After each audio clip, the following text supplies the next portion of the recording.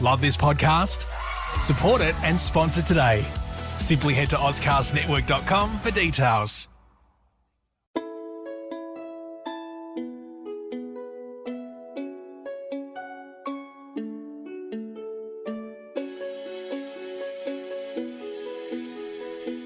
Welcome to Hong Kong Confidential. I'm Jules Hannaford and I'm your host. I'm an Australian woman and I've been living in Hong Kong for many years. I'm a mother, a teacher, an author, and I want to share my wisdom and the wisdom of others with you. Thanks for joining me and I hope you enjoy the show.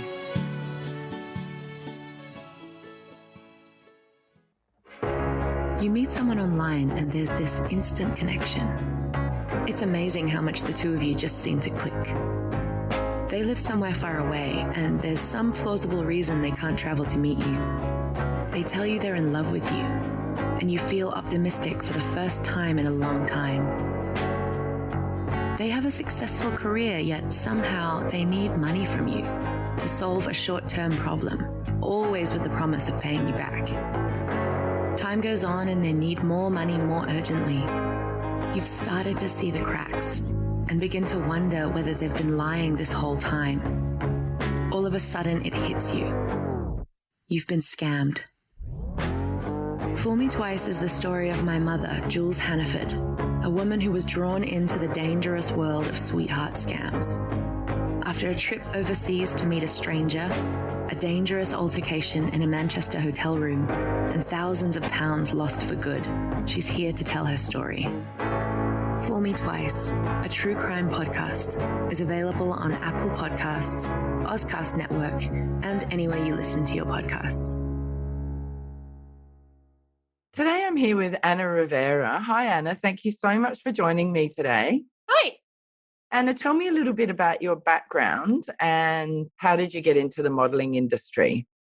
Well, I am from a mixed family. My mom is Korean, my dad is Puerto Rican, and I started modeling at the age of 13.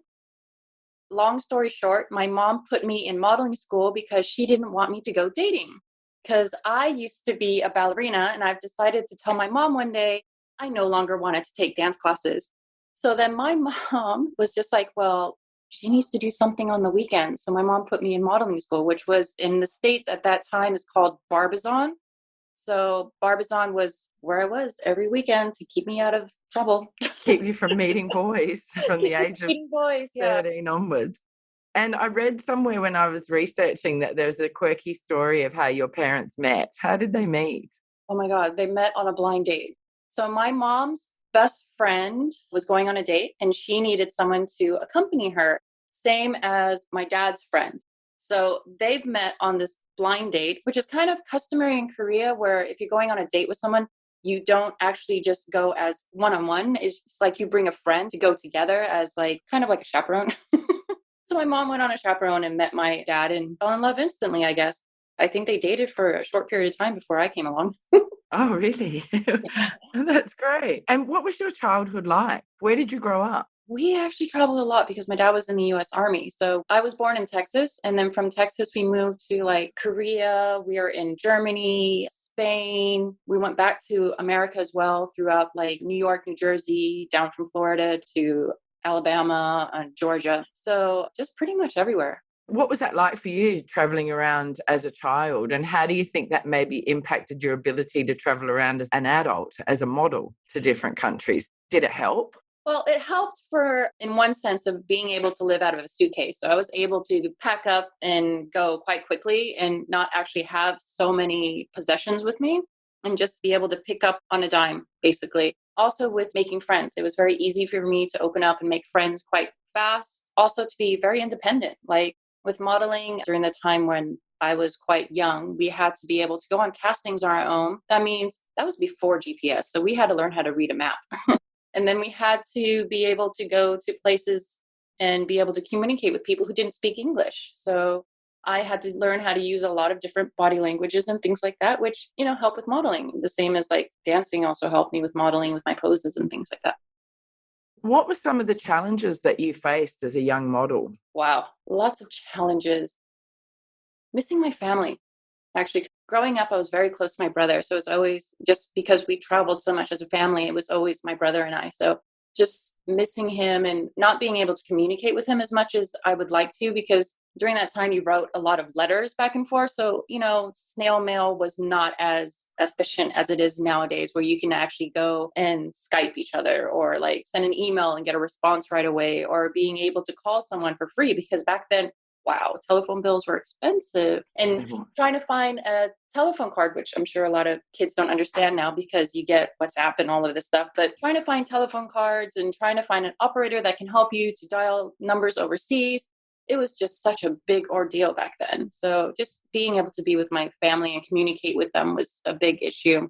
I think also another thing that was quite difficult was getting around the city sometimes, because I don't know if most young people, if you're going through Europe and things like that, a lot of these roads are very difficult to navigate through, and to be able to communicate with some people who just can't understand, even though if you use body languages and things like that. And then also like always being able to protect yourself and things like that. Like I've had a lot of issues where I've had to defend myself because of someone that was attacking me or someone that was harassing me and things like that. And was that inside the modeling industry or outside the modeling industry that you were being attacked and harassed? One incident that happened was like I was attacked in the MTR. Well, we call it the MTR. They call it the Metro in Paris. So there's a lot of, like here in Hong Kong, you have a lot of those long hallways. And it's the same in the metros. And there's sometimes people would just follow you and you just wouldn't know what to do. So back then we had a portfolio, which I wish I would have brought my portfolio up. It's a really big folder and it's really heavy. So having a brother who knew a little karate, who told me like, look, this is what you need to do. And he showed me like what I can do to protect myself with my modeling portfolio. So I've learned how to use it as how can I say, like a baton. A weapon. Yeah, like how to hit people with it. And I was like, okay, which came in really handy from a couple of just incidents that happened. And like learning how to protect myself when you're at a photo shoot, as a lot of people don't understand. When you're young and you're at these photo shoots, you are there with just a photographer. And sometimes they will put you in a situation where you're just like, this is not right. Or I do not feel comfortable in this position, right? Or this is not how I see this photo shoot was supposed to be intended to be. So you find yourself like trying to protect yourself and getting out of situations. And I've gotten out of like a lot of situations. And thankfully, because I had remember things that my brother has taught me, and just being able to stand up for myself and being able to walk out of situations, which I am grateful to be able to be out of those situations. It's very hard to do that as a young teenager. How did you find your voice? How were you able to stand up to these adults who were not being appropriate with you? It was hard. I tell you, it was very hard, because you would always think like, wait a minute, this person's a grown up, and you would think that this person knows better. And for me, like, because I started at 13, sometimes I'd be like, wait a minute, this isn't right. You're not supposed to be doing that. That's not what my manager told me that you're supposed to be doing. So having the protection of my agency was a big thing, which is why, like, later on, we'll explain that I opened a modeling agency because of this. I want to be able to protect my girls and to be able to explain to them, like, these are the right ways of handling things. These are the right ways the clients are supposed to be handling things. These are the right ways photographers are supposed to be handling things. And even like I go on Facebook a lot, which I find a lot of things that women are writing or girls are writing experiences. And I always tell them, if you have any questions or anything you want to ask, I am always here to be able to help you with any of that. Even if you are not part of my agency, I am there to help, because I've been in that situation. I find that a lot of times as a woman, you find that strength inside. There is this voice in the back of your head that's going to tell you, look, you're in danger. And that we all have that fright or flight moment. So every time when this happens, you will hear this voice that would tell you, you need to get out. This is not right. And you just take action from there. I mean, I've been in situations even as an adult where I felt uncomfortable, as my 20s and 30s even, and I didn't really have the skills to get out of it. It took me a while to learn those skills. Did anybody talk to you about this when you started modeling, about what you're doing with your girls? No, my mom was very naive about things like this. My brother, I think, had a little bit more of a hindsight to things like this. I think it's also just because even though he's my younger brother, like we're only 2 years apart, but he's always acted like he was my older brother and was very defensive of me. I think like for myself, just having that experience and knowing what to do from these people that cared about me, and knowing that I'm in a different land I am not around any family or any friends, I felt as though that I needed to protect myself a bit more. And yeah, and sometimes people would say like, oh, she's a little bitchy. And I'm like, it's not about being bitchy. It's also about being protective of yourself and about your personal space. And yes, sometimes we do let our guards down because we feel comfortable in certain situations.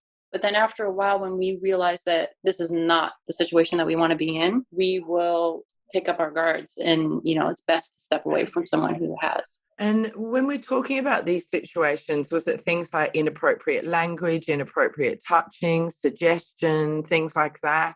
Is that the sort of thing you're talking about? Above. Everything, yeah. Everything. Were you ever in a situation you couldn't get out of? I've been in a situation where I couldn't get out of. I can't actually name the person that the situation has happened to because this person is a very well-known person.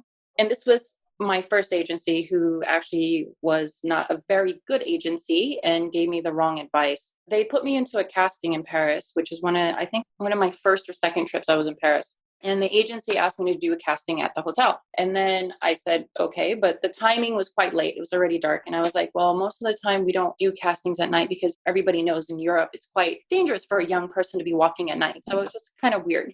But anyways, they said that he flew in and we need to do the casting. So everybody comes in at a different time to do the casting. So during this time that I did the casting, I went in, gave my book. The guy is just like in his bathrobe. And I was like, that's not right. But okay, quick, take my book. Let's go. Let's get this done. And then walk out and the casting's done, which I didn't understand because people get comp cards.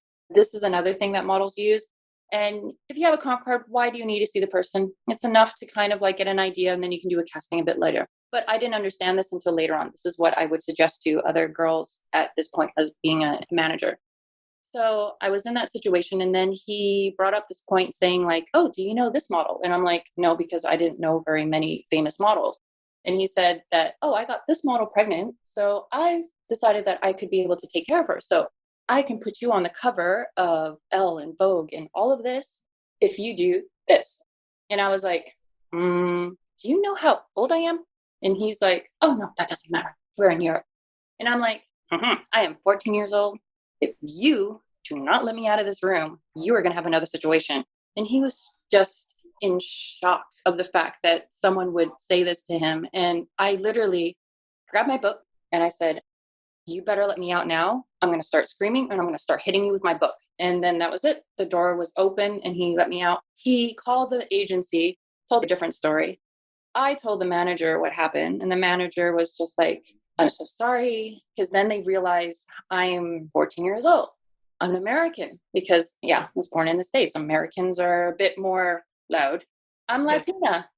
I'm loud. I'm Korean. Can be a little crazy. So I'm like, this is all not something that should have just happened.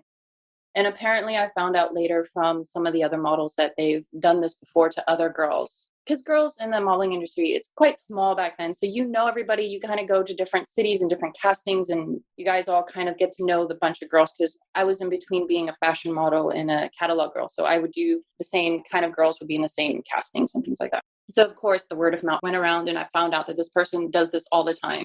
And then when that whole thing happened where hashtag it happened to me kind of thing. Yeah, Me Too movement. Yeah, Me Too.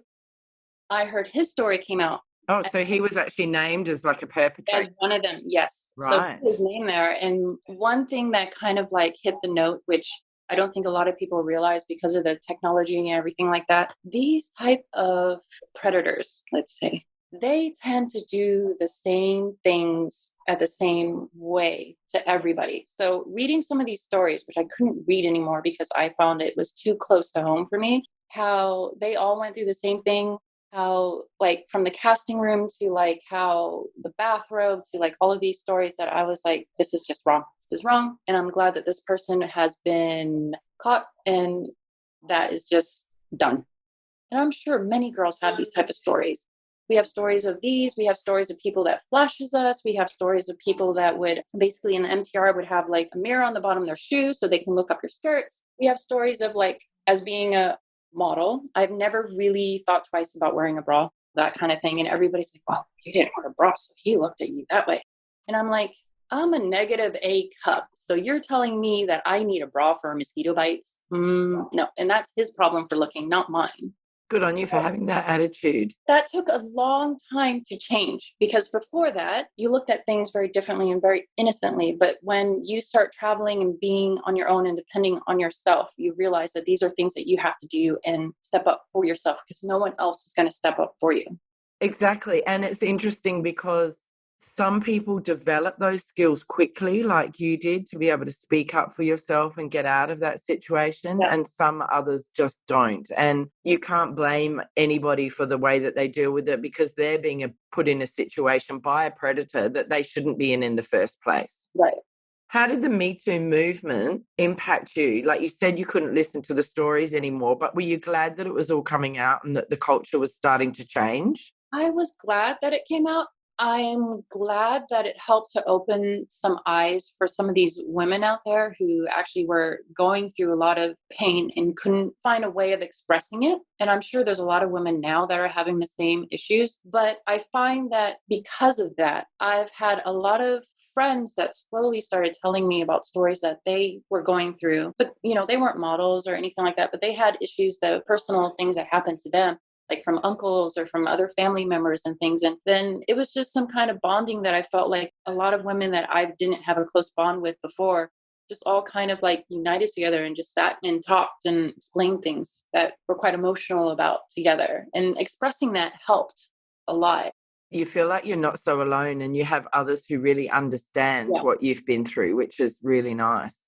Do you think that it's a difficult industry for somebody at the age of 13 or 14 to be working in, especially when they're traveling as well and they're not even at home? Do you think that this be changed or legislated or Well, I think managed? time was different because you have to remember I've been modeling for over 30 years. This was 30 years ago, still not showing my age.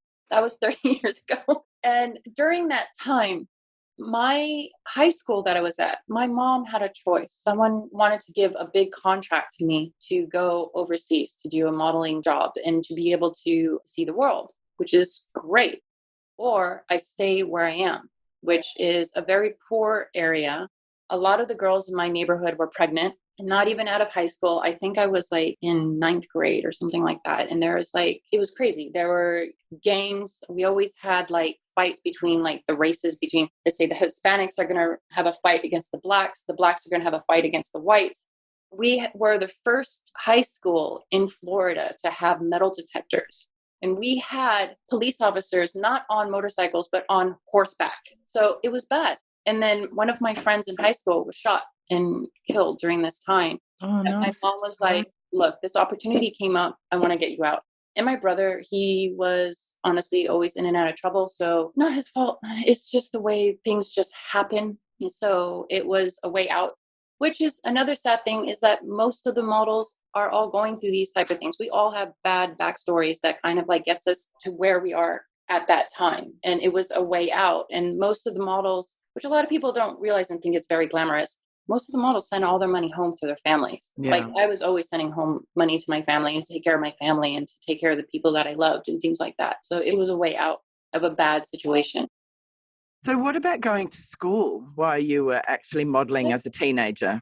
I've tried. I actually tried to do homeschooling. During that time, it was very difficult because, as I said, it was a long time ago. They didn't have online mailing homework back and forth. It just turned out not to be as a simple solution. But nowadays, it is a lot easier to do at homeschooling or online courses or to get a GED. At this time, I still haven't graduated high school. Was that something that ever bothered you, or do you feel at a disadvantage because that didn't happen?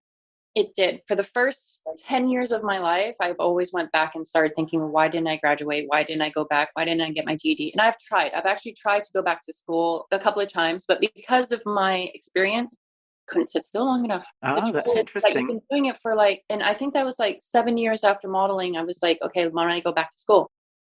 After trying, my mom and I were just like, okay, so maybe it's just not the right time. So then I went back and I continued on because I had a lot of contracts. I was flying in from Germany, Japan, Korea, Spain. I was constantly going from new cities, just working as a model anyways, and I was sending money home. So I was doing well. I mean, I did well enough to buy a house in the US.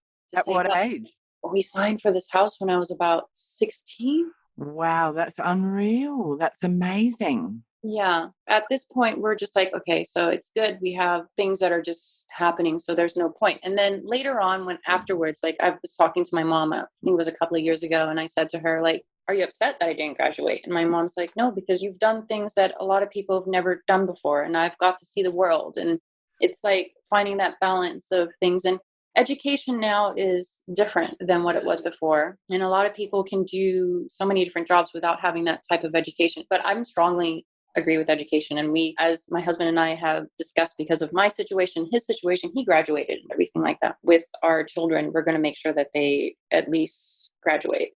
If they want to do the modeling and everything like that, you can do it during the summer. There's nothing that says that you couldn't do it during the summer, do it during your free time, but graduate. Yeah, and that makes sense. What were some of the highlights of your modeling career? Traveling the world, waking up in different cities, trying out different foods. It's like living in a movie because everything is just different all the time. Everybody's nice to you. You have beautiful photos. You have like people dress you up. Designers want to see you in their gowns. They want to like take care of you, these type of things. And then, like I said, you also have the bad parts as well. Yeah, of course. And did you ever feel like you were being criticized for your body? And were there any issues around food and weight and things like that, which we often hear about becomes an issue in the modeling industry for some girls because they're pressured to be very thin? And also, you would have seen different waves of what's trendy over the last 30 years for body type. So, Well, for me, at first, I had the opposite problem. At the age of 13, 14, I was under 100 pounds and I was 5'10", and I ate like a machine.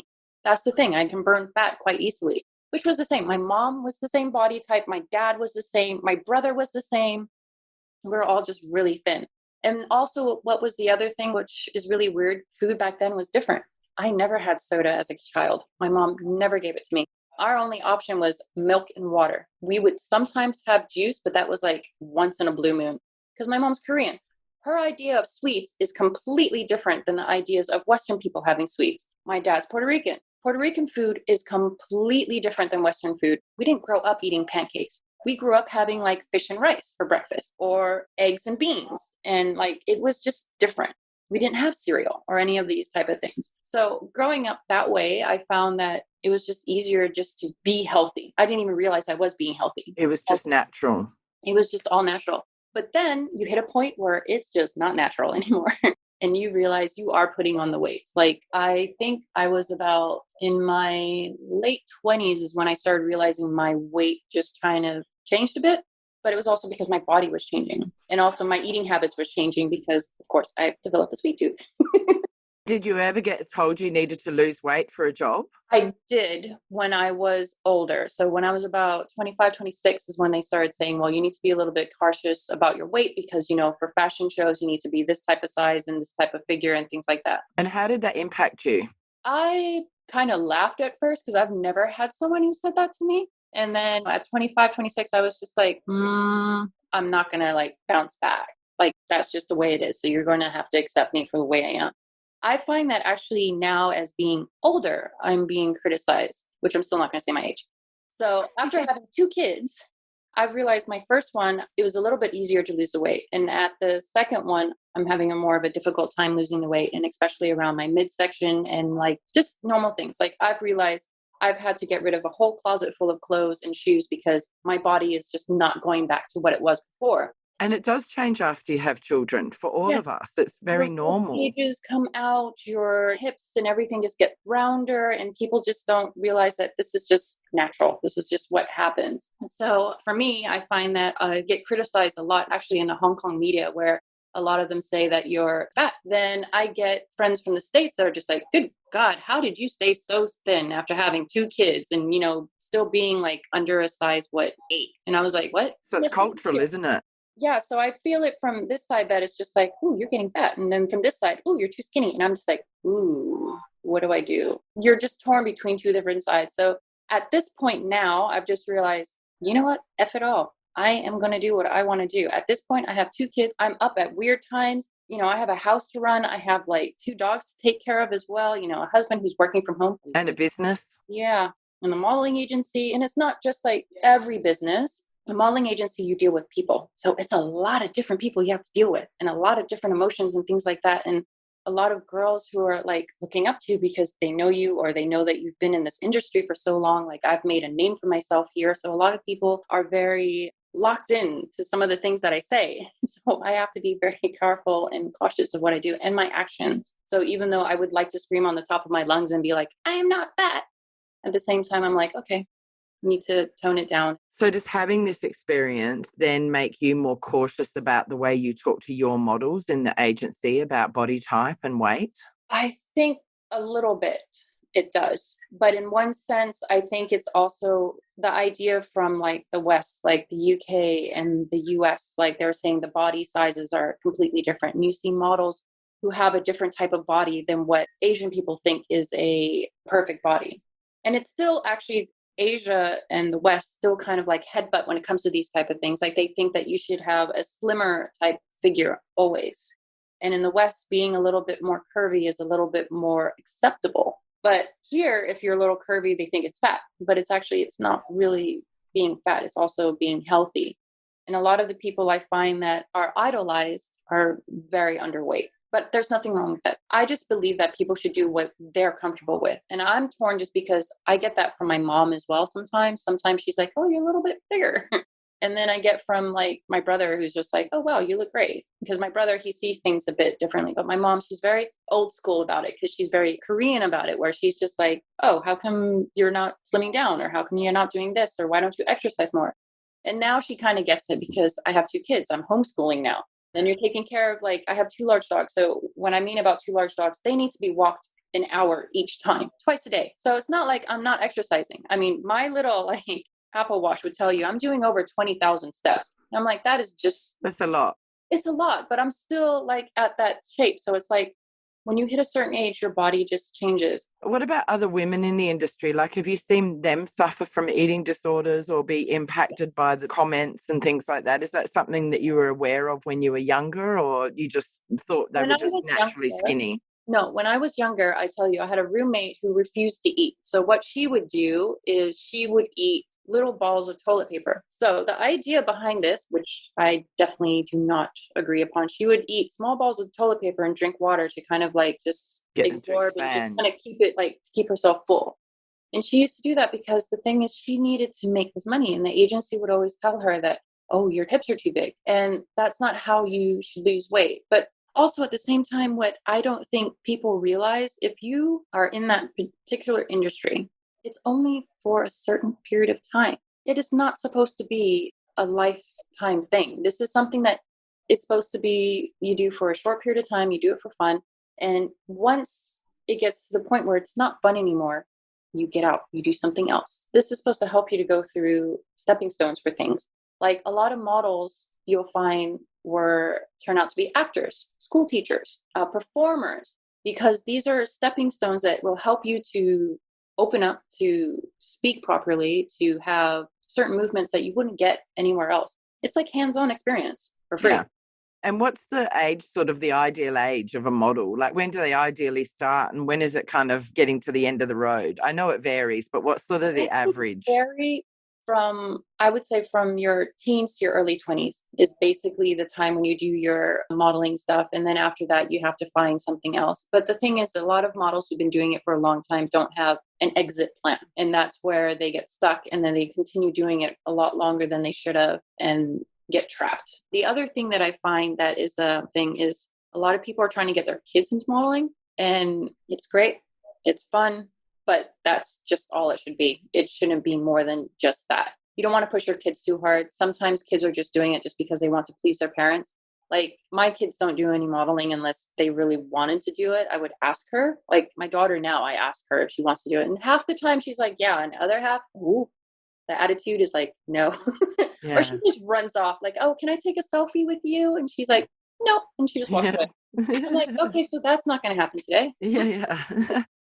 So was your exit plan always to start a modeling agency? My exit plan was actually to become a school teacher. Before coming to Hong Kong, which was supposed to be my last stop before I started to go back to school. And the agency here has decided that they wanted me to continue on with the modeling. Because I was like, no, I'm not done. I've already done like over 10 years. I was like, no, I don't want to do this anymore. I need to start thinking my future. So my manager here talked to my mom and basically said, look, you can do this. Just give her 1 year in Hong Kong. And then after that, she can go back to school, which really doesn't make a difference because at that time it was like, okay.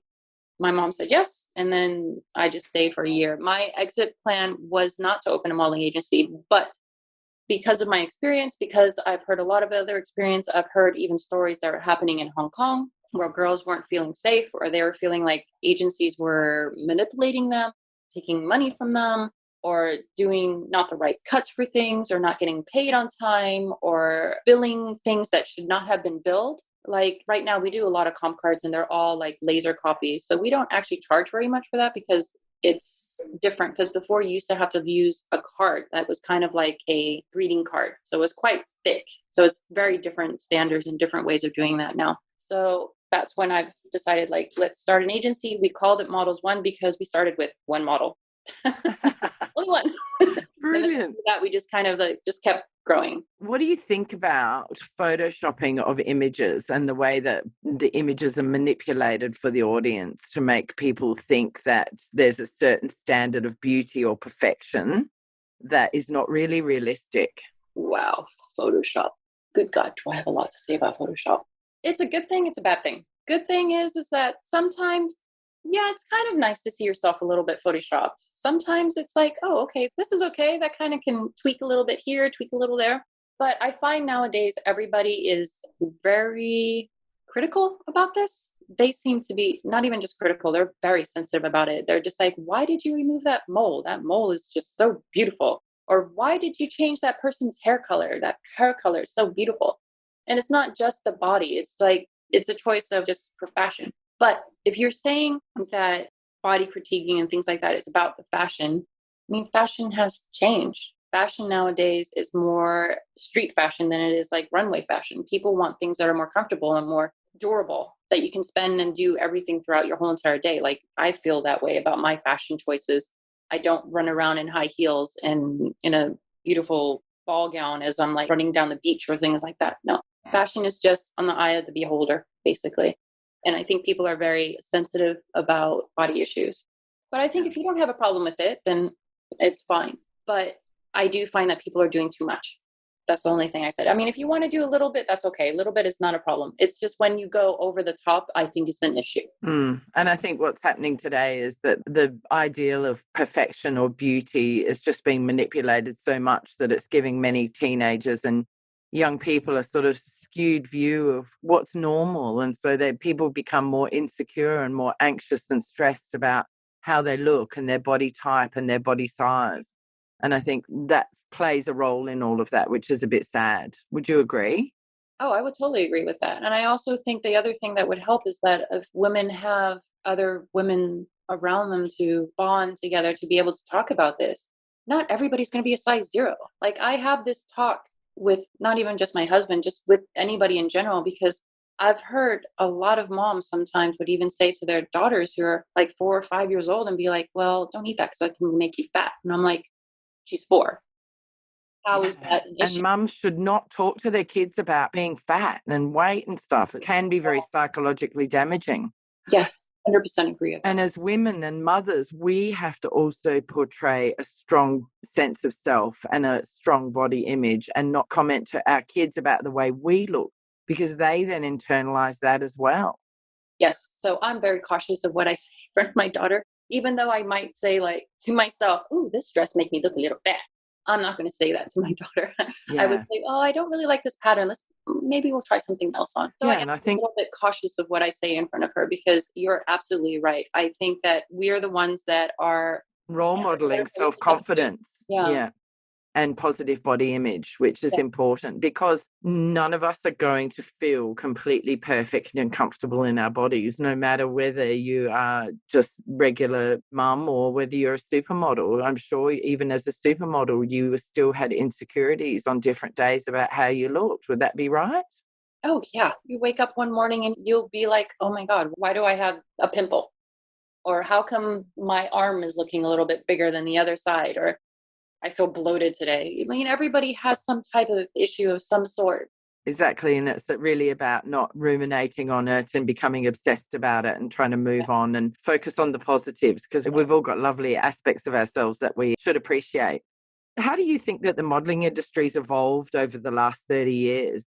Is it more regulated than it was 30 years ago? Are people being more accountable for behaviours that shouldn't happen? No, not enough. I Isn't think that sad? it is really sad. It's sad to see that it hasn't changed as fast as it should be. It's sad to see that I still hear stories of people being manipulated when it comes to like photo shoots and getting trapped by photographers and things like that. I just feel as though like there's not enough knowledge out there. There's so many people, as like was discussed before, that are not speaking up about things that should be told or said or even explored in different aspects. Because I mean, everybody hears only like good things, or they see like the end result. The end result is beautiful because it's a beautiful image. They don't see how it got to that story. Do you think that the Me Too movement, though, has made some changes and made people a little bit more accountable, or given women a bit more of a voice and the ability to speak up and recognise what's right and wrong? Yes, I do. I definitely think that the Me Too movement has done a big, big, big effect on what the fashion industry or the entertainment industry has been covering up for a very long time. But I also know there's a lot of people out there who have like a great and amazing experience through all of this, but there's a lot of people who don't. Yeah, absolutely. And I guess it can happen in all walks of life, but I just think that the risk is greater because you're putting very young girls in situations where they're often alone or scantily clad or needing to get changed, or do you know what I mean? Things like that. They become more vulnerable because of the situation and their age. So, what sort of advice do you give to your models? Like, do you talk to them about how to handle a photographer who's inappropriate? Like, are you that specific? Well, yeah, I've actually had situations where I had one model who said that she was in a situation where she didn't know what to do. And she said it's happened to her more than once. So I've explained to her how she can get herself out of that situation. I've explained to her ways that she can call up somebody. Like the one thing that I say for anybody, and this is like the easiest advice, if you're going to do a photo shoot with somebody, you're not sure about this person, you give somebody like either a parent or your best friend, you give them the location that you're going to, you give them the telephone number, you give them the name of the photographer. And if you don't call them within like, let's say 30 minutes of the time that you're supposed to be in that place, you get them to call you. And if they don't call you, you don't pick up, you get them to go into that studio and just be like knocking on that door. Because that, I think that people don't realize that just disruption of hearing somebody knocking on a door can startle anybody. And it just changes that in Dynamic, 1 second. yeah. They can just completely get out of that situation. They can run out or they can just save themselves. And if you've got girls modelling under the age of 18, would they take a parent with them typically? No, that's the thing. I've never had a parent. Except for when I was in Japan, there was a lot of really young girls that would bring their parents with them during the summer because they only modeled during the summer. And I think that if you live in the area, yes, I would say bring a parent or bring a friend with you or something. But you always have to let the agency know. You also need to let the photographer know as well, because it's just safer for everybody. And nobody's going to say no. It's just don't bring a boyfriend. Yeah. But yeah, if you bring somebody that like an adult or something like that, that's not a problem. What do you wish that you had known when you first started modelling that you know now? Keep your eyes open. I think that don't be so gullible. I think I was very gullible in certain situations. And trust goes both ways. And I find like you end up trusting a lot of people because you're so young that you forget that it goes both ways. Were there any incidences that you remember where you were being gullible, where you look back and you realize actually that's not what was going on, or I shouldn't have believed that situation? Can you think of an example to share with me? Well, yeah, like for instance, when someone asked me to do a test shoot with them, and I've done a test shoot with them, and the first time was great. It was fun. And it was like there was a makeup artist, hairstylist, and everything. And I was like, oh, great. So then he asked me to come in to do another test shoot. And I was just like, okay, because I didn't think anything of it. I thought it was the same thing because I've already felt comfortable in the first test shoot. Completely different photographer. Then this Second test shoot, I kind of felt like this is a bit weird. There's no hair or makeup. And he's like, oh, you don't need it. We're just going to use special lighting and things like that. And then after that, I was like, okay, maybe not. I mean, he booked a studio because the studio that was booked was one of those studios that is like it's a lighthouse studio. So there's lots of different studios and it's not like you're in a room by yourself. But the time that it was booked, there was no one else around. So I was just like, okay, this is kind of weird. And then when I started feeling uncomfortable because he started getting a little too close to me and I was just like, wait a minute, this is not right.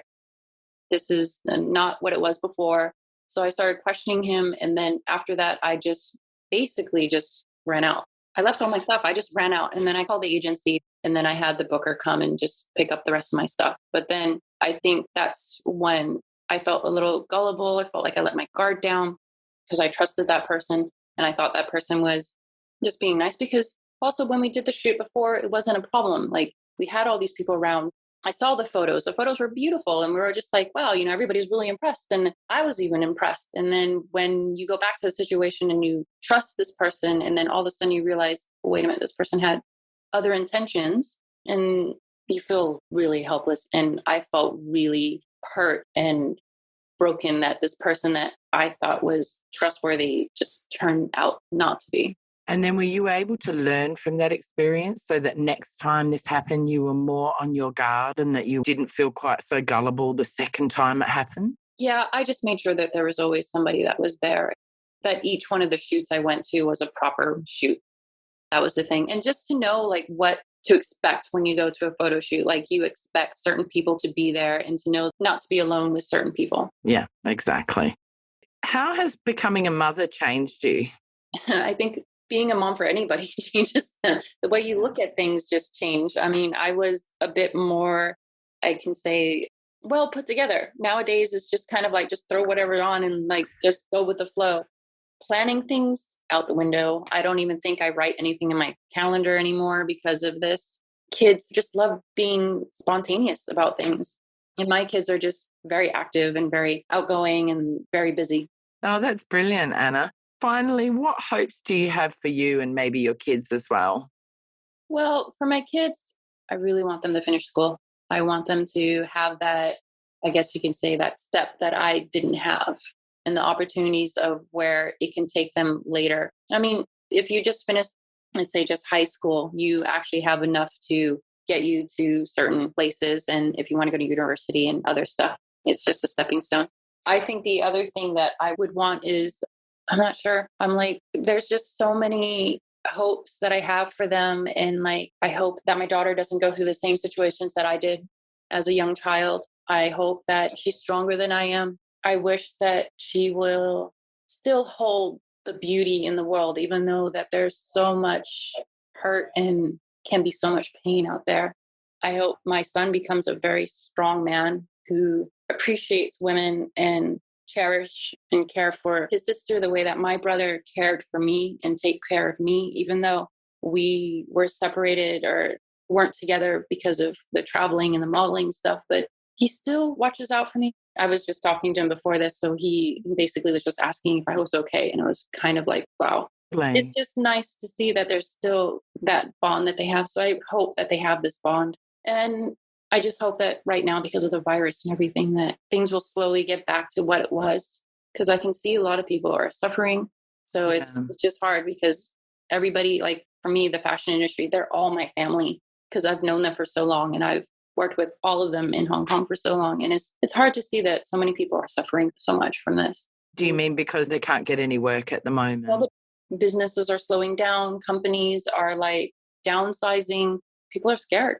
Yes, and it's things like using models and having campaigns and things like that will be the first thing to go from businesses because they've got to save money and cost cuts. Yeah. So is your modelling agency really slowed down at the moment? Yeah, we've slowed down quite a lot. We're just like most companies, we're all like downsizing and trying to keep afloat until things just kind of like pick back up again. Did you ever have any regret that you started modelling at a young age and didn't finish school? No, because the thing is, if I didn't, I think with the situation that I was in, I would probably been a teen mom. I would have probably ended up still dropping out of school. I probably would have ended up with more than just 2 kids. And you've had an amazing life with a lot of travel and a lot of experiences. Have you met many famous people?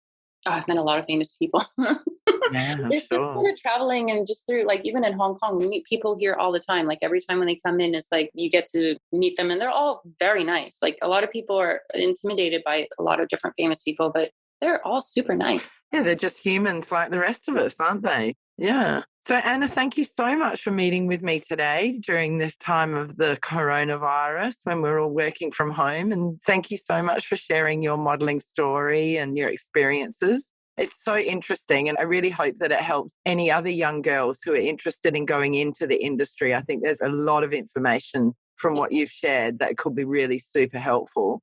If anybody wants to find you on social media or get in touch with your modelling agency, how can they do that? Well, for me, you can find me under Anna R, ANAR, or you can find me under Anna Rivera on Facebook and Instagram as well, or just Models One Hong Kong. And I'm always there to answer any messages or any questions. I mean, I'm constantly on Instagram answering questions from fans and things like that. But at nighttime, actually. Yeah, once the kids are in bed. Look, thank you so much. That's absolutely brilliant. And for my listeners out there, if this is a podcast that you've really enjoyed, please can you share this with your friends and family? And if you could go to iTunes to rate and review us, that would be amazing. It'll help get me up the iTunes charts. And if you're interested in sponsoring Hong Kong Confidential, I have a Patreon page. It's at patreon.com/Hong Kong Confidential. And for as little as $1 a month, you can learn more about Hong Kong Confidential, get some of my rewards. And I'm going to ask Anna 4 secret questions, which I'm going to put on my Patreon page. So you can hear the secret question answers from Anna and from my last 20 or so guests. So please go to Hong Kong Confidential on Patreon and sponsor my podcast and hear Anna's secret questions. So for now, Anna will say goodbye, and then we're going to move over onto Patreon. So thank you so much for this wonderful interview. Hi, Confidants. I want to tell you about my Patreon page. I've joined Patreon in the hope of getting sponsorship for my Hong Kong Confidential podcast. Patreon is a great way for my listeners to get on board and sponsor me with monthly payments, and that goes towards my production costs and rewards for my members. If you're interested in checking out my Patreon page, please go to patreon.com and search up Jules Hannaford or Hong Kong Confidential. I would really appreciate you visiting my page.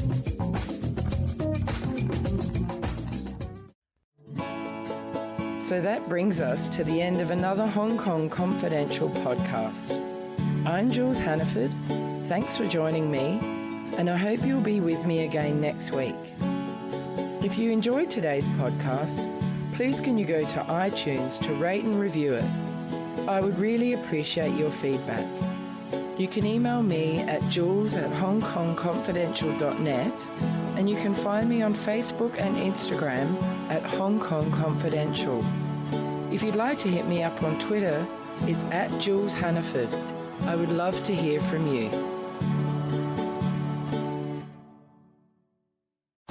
Love this podcast? Support it and sponsor today. Simply head to AuscastNetwork.com for details.